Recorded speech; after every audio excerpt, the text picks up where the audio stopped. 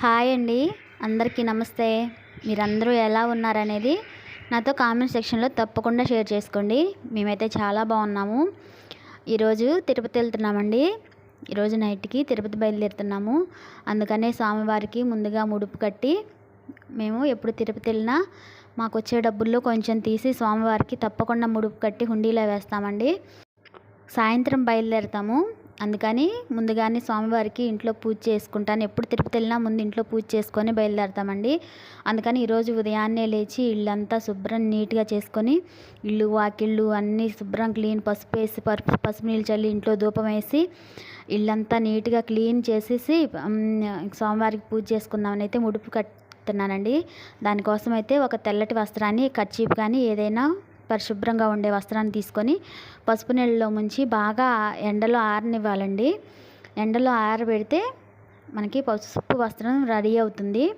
ఇంకా దాంట్లో మనము కొంచెం పచ్చకర్పూరం, జవ్వాదు, పసుపు, కుంకుమ వేసి స్వామివారికి మనం అనుకున్న మనీని దానిలో ఉంచేసి ముడుపు కట్టేయాలండి. ఇలా మన వచ్చిన ఆదాయంలో స్వామివారికి ముడుపు కట్టి హుండీలో వేస్తే చాలా మంచిదండి. మేము ఎప్పుడు వెళ్ళినా ఇలాగే చేస్తాము. ప్రతిసారి స్వామివారికి హుండీలు అయితే తప్పకుండా మా ఆదాయంలో కొంత అయితే తీసి స్వామివారి హుండీలు అయితే సమర్పిస్తామండి. ప్రతి ఒక్కళ్ళు ఈసారి నుంచి తప్పకుండా ఇలాగా ఒకసారి చేసి చూడండి. తిరుపతి వెళ్ళే ముందు కంపల్సరీ స్వామివారికి పూజ చేసుకొని బయలుదేరండి. ఇంట్లో నుంచి కర్పూరం బిళ్ళలతో పూజ చేసుకొని గోవిందనామాలతో పూజ చేసుకొని స్వామివారికి ఆ కర్పూరం బిళ్ళలు తీసుకెళ్ళి మనం తిరుపతిలో స్వామివారికి అక్కడ టెంకాయలు కొట్టే దగ్గర మనం స్వామివారికి వెలిగించవచ్చండి. అక్కడ అందరూ ఈసారి తప్పకుండా ఇలా పూజ చేసుకుని అయితే తిరుపతికి బయలుదేరండి. ఇలా ముడుపు అయితే కట్టేశాను. ముడుపుకి పసుపు కుంకుమతో నామంలాగా అయితే దిద్దానండి. నామంలాగా దిద్ది కొంచెం అక్షింతలు కొంచెం పూలు అయితే సమర్పించాను. స్వామివారికి గోవిందనామాలతో పూజ చేసుకుందామని అయితే ఇలా ముద్ద కర్పూరం తెచ్చుకున్నానండి. ముద్ద కర్పూరము, పచ్చకర్పూరము 2 తెచ్చుకున్నాను.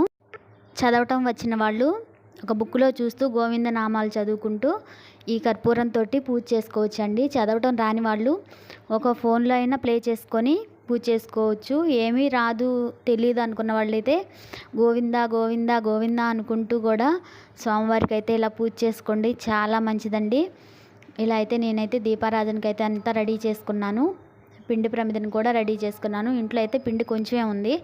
అందువల్ల ఒక ప్రమిదని అయితే రెడీ చేసుకొని నువ్వుల నూనె వేసి ఒత్తులు వేసి స్వామివారికి అయితే దీపం వెలిగించానండి. స్వామివారికి ముందుగా అయితే గణపతిని ప్రార్థించానండి. గణపతికి ముందుగా ధూపం, దీపం, నైవేద్యం అన్నీ సమర్పించి ఆ గణపతిని ప్రార్థించాము. స్వామి మా ప్రయాణంలో ఎలాంటి ఆటంకాలు లేకుండా చూడు తండ్రి అని ముందుగా స్వామివారిని ప్రార్థించి తర్వాత గోవిందనామాలు చదువుకుంటూ పచ్చకర్పూరము, ముద్ద కర్పూరంతో స్వామివారికి అయితే పూజ చేసుకున్నానండి. స్వామివారికి అయితే నిండుగా ధూపం వేశాను.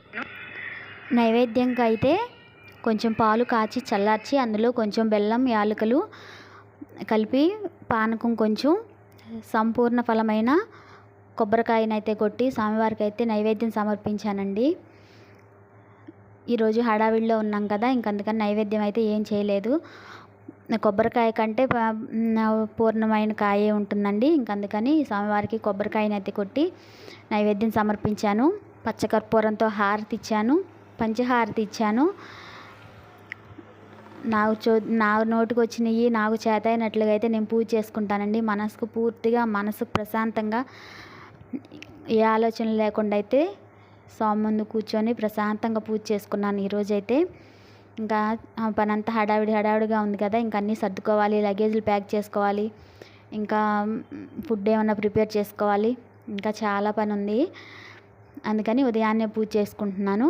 ఇంకా సాయంత్రం మళ్ళీ స్వామివారి ముందు దీపం వెలిగించి ఏదో ఒక నైవేద్యం చూపించి అప్పుడు మళ్ళీ బయలుదేరుతామండి. వెళ్ళే ముందు కూడా ఇలాగే పూజ చేసుకొని బయలుదేరుతాము.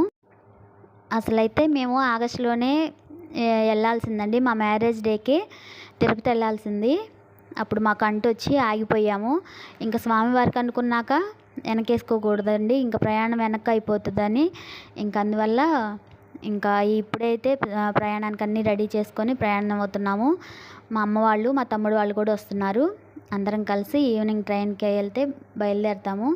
ఇక్కడైతే అదే చెప్తున్నా అండి, తిరుపతి వెళ్తున్నాము, స్వామివారికి పూజ చేసుకుంటున్నాను, అందరూ బాగుండాలని మనస్ఫూర్తిగా కోరుకుంటున్నానని ఇక్కడైతే మీతో చెప్తున్నాను. నేనైతే మనస్ఫూర్తిగా కోరుకుంటున్నానండి, అందరూ బాగుండాలి, అందులో మనం ఉండాలి, స్వామి అందరి చల్లని చూపు అందరి మీద ఉండాలని మనస్ఫూర్తిగా కోరుకుంటున్నానండి. ఇదండి ఈరోజు వీడియో.